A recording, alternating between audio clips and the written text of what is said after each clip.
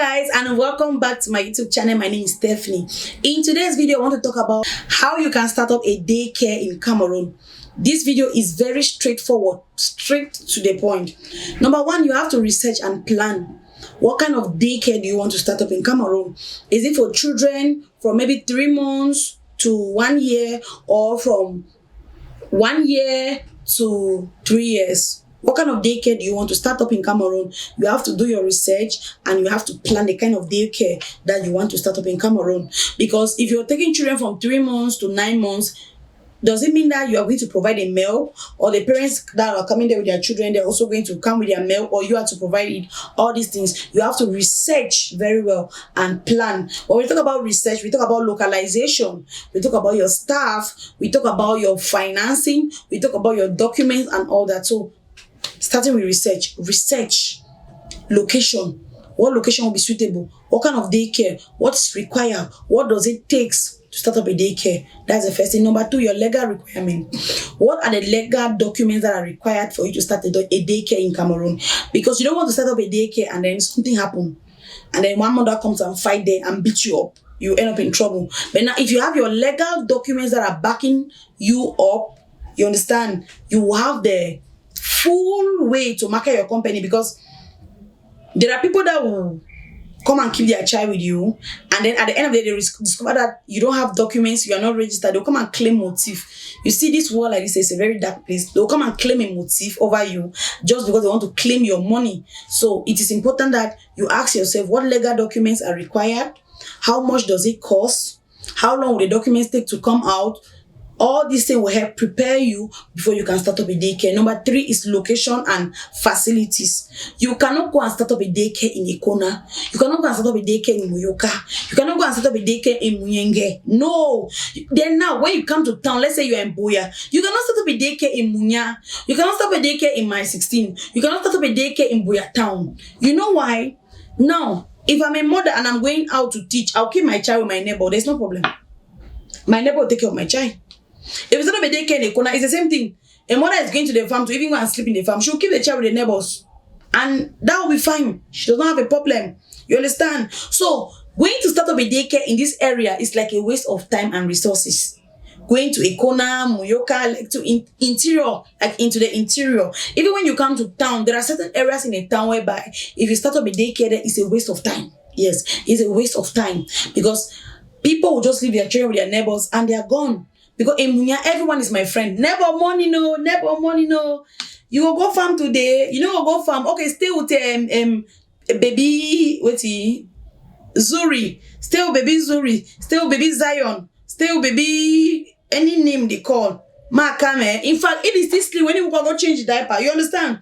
These areas are friendly. The neighbors are friendly and all that. But let's say you start up a daycare around Moliko, Malingo. You know, those places whereby any man for himself, God for we all. In these areas, you are going to make a lot of money. Location in a daycare matter, and also the roads. You guys start up a daycare somewhere before a father will come and drop the child in the morning before going to work, or the mother. The car tires are all dirty, the car is messy, the roads are bad. Nobody's gonna come and keep the child there, because they'll also be thinking about how they come and pick the child up. So, and also facilities. What kind of facilities do you have available?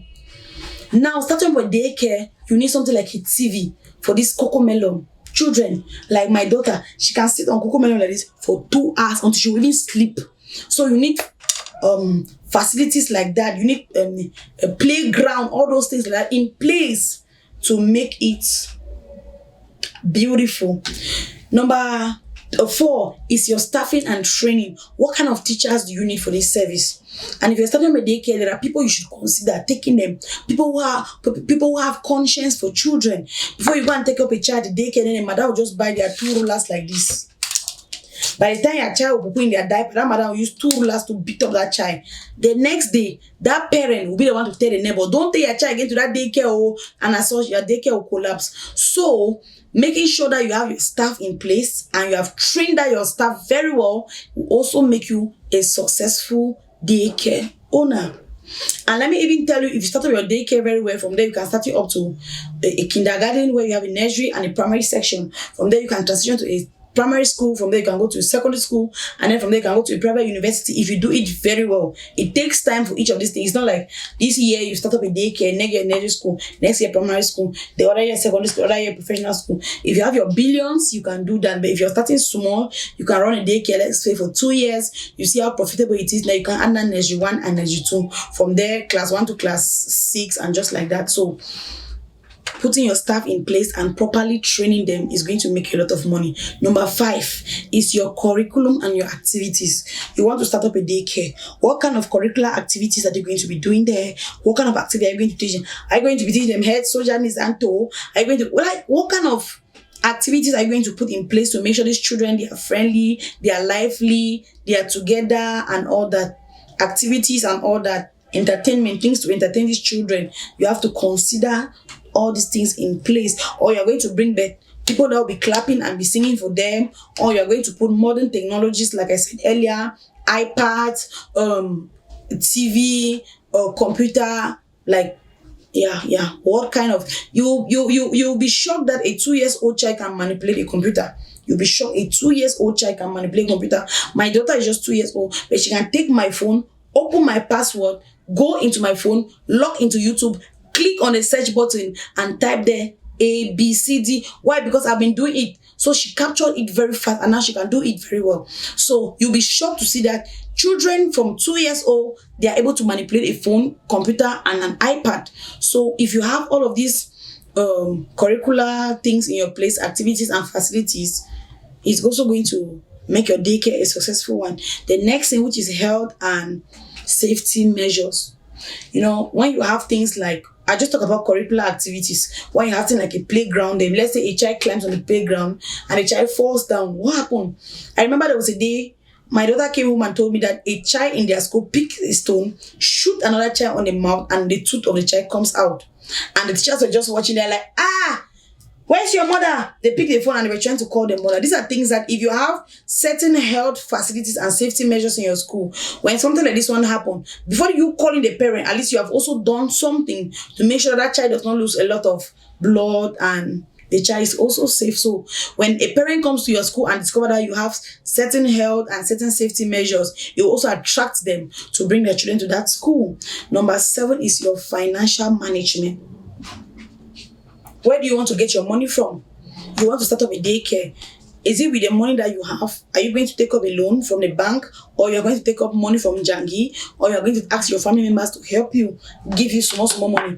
I've done a video before on how to start up a business in Cameroon, things you should consider. And one of those points is your finances. You want to start up a daycare. Where do you want to take the money from? And lastly, which is my number 8 point, marketing and promotion. If you want to start up a daycare, don't joke with your marketing and your promotion. One place I always say is best for your promotion is going to churches. You can go to any church, you tell them you have a daycare. You can go to birthday, you announce it there. You go to wedding ceremony, you give it as an announcement for the MC to make it. You go to anywhere you see 2 or 3 people are gathered in my name. You tell them about your business. Don't fail to promote your business. Don't fail to promote your daycare. Promotion. Don't fail to even pay people who have this influencer, Cameroon influencers, to advertise your daycare for you. This is going to make your daycare set up an easy process and a successful process. So number 1 is research and planning, your legal requirements, your location and facilities, your curriculum and activities that are going to be available, your health and safety measures, your financial management, and your marketing and promotion. So these are all the things you have to consider before you can start up a daycare. So thank you so much for watching this video. Let me know in the comment section what you think, and until now, I'll see you all in my next video. Bye.